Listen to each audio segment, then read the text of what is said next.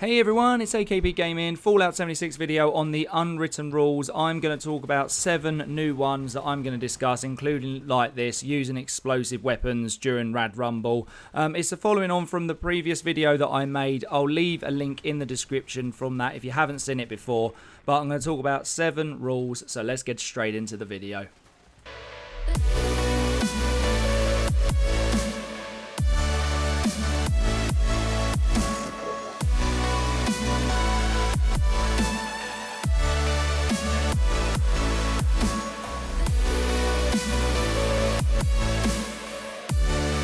So one of the first things I want to talk about is if you are going to be launching for the Scorchbeast Queen event, what people will want to do is stay at drop site V9. It's a great place to fast travel from, but a lot of people like this person has launched a nuke and it is actually in there. So one of the best places you can do is just launch it just sort of at the top edge of the prime site, and what that will do is allow us to be able to spawn there and allow people that aren't in power armor to be able to take part in the event. Otherwise, this can become just a power armor event. So if you are like this little gentleman who enjoys launching nukes, if you know you know, then of course just make sure you launch it in the correct location.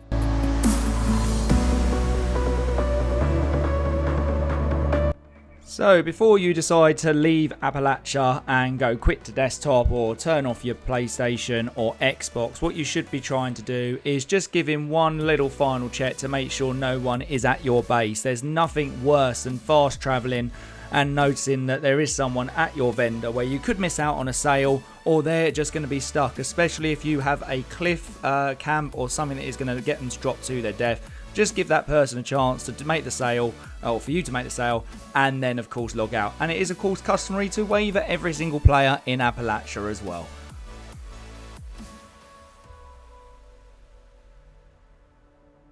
So this last rule I bought in my last video, but I was more talking about people that are down in the alleys. It's like these two people here. Just do not camp in the hallways on Rad Rumble. What you're doing is you're just blocking people being able to hit the enemies, not being able to get as much adequate XP as they want, and it is just being greedy.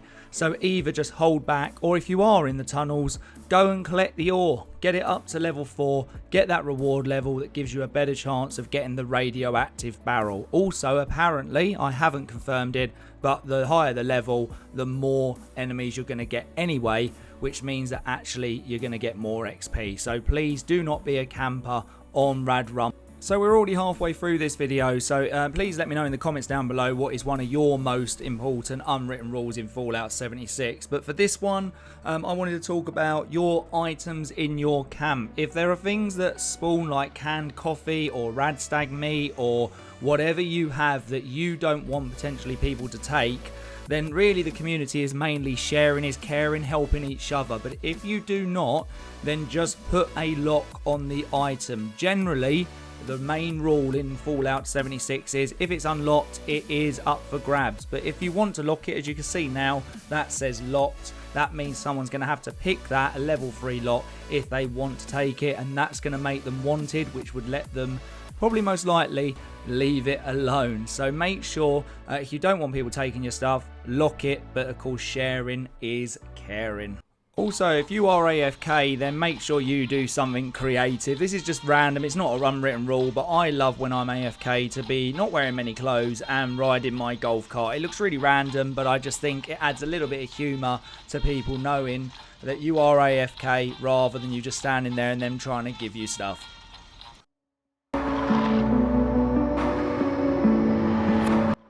So we know they're out there in Appalachia, overpriced vendors. Now certain people will of course get what we call butthurt, which I understand. There's nothing worse than having to fast travel to a camp and have to go through the vendor and find out that someone is asking stupid amounts of caps for things that you know are way cheaper. For example, the serums here are 1,000 caps. I think they should be somewhere between 300, roughly about there. I sell mine for about 100, 125, but even chemistry workbench, there you have it, 250 caps for that lovely chemistry workbench. Make sure you buy it. Now, some people say leave it because it's just taking up their space. I think that's quite a clever way, but I like getting creative, and I learnt this from Reddit. I'll leave the comment of the name of the person that commented on this because it's a fantastic idea. What you'll do, go to your inventory and you're going to just drop a couple of items there. So the ones that are normally of choice are a dinner plate. I forgot to drop it on this one. Raw fertilizer, which signifies basically poo, a tablespoon, and then go into your notes, and if you've still got it, you have been insulted. So raw fertilizer, a tablespoon, toilet paper, raw fertilizer, and you have been insulted. Great creative way to show your dissatisfaction. So we're going to get into the final two rules in a second. Of course, for you lovely little oh my god, I'm not doing very well today. For you raiders out there, of course, pipe is life. I mean, that's got to be an unwritten rule, hasn't it? Give that pipe a good old sniff. But what I wanted to ask you really is, what would you like to see next on this channel? Would you like to see a new game being played and me discuss more? Would you like to see more Fallout 76 videos? Please let me know in the comments down below. My thing is pipe life. You're only going to restore 4 HP a second other than getting some pretty colours. Is it really life? Let me know in the comments down below as well. But let's get on to rule number 6.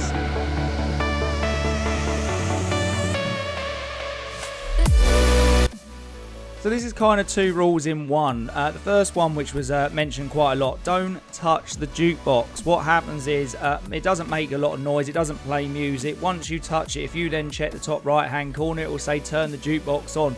People then of course get really wound up that they've got to go back and turn it on. So really just leave the jukebox alone if there is nothing in the top right hand corner. The other one, which I think is pretty important as well, is just don't be outside taking all the spawns again. It's a bit like Rad Rumble.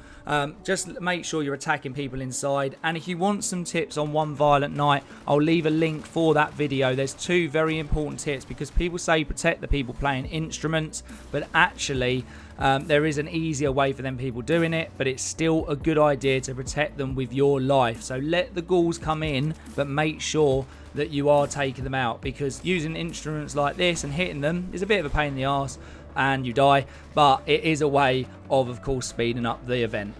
So last but not least, we know at the White Spring Station that the blue suitcase with the skull or the body on it is a way that you can drop items for fellow players, which you are just going to normally just drop and walk away. It's a good community sharing box. Of course, as we saw in the PTS update, that there will be a community box outside at the start of Vault 76, which I think is a really nice way to help all the newer players. But the main thing is for me is that use that box, but also do not abuse that box, because there are people out there that will just go in there, grab the items they need to sell them, even though they most likely don't need it. So it is a sharing box. It is at most stations, that blue suitcase.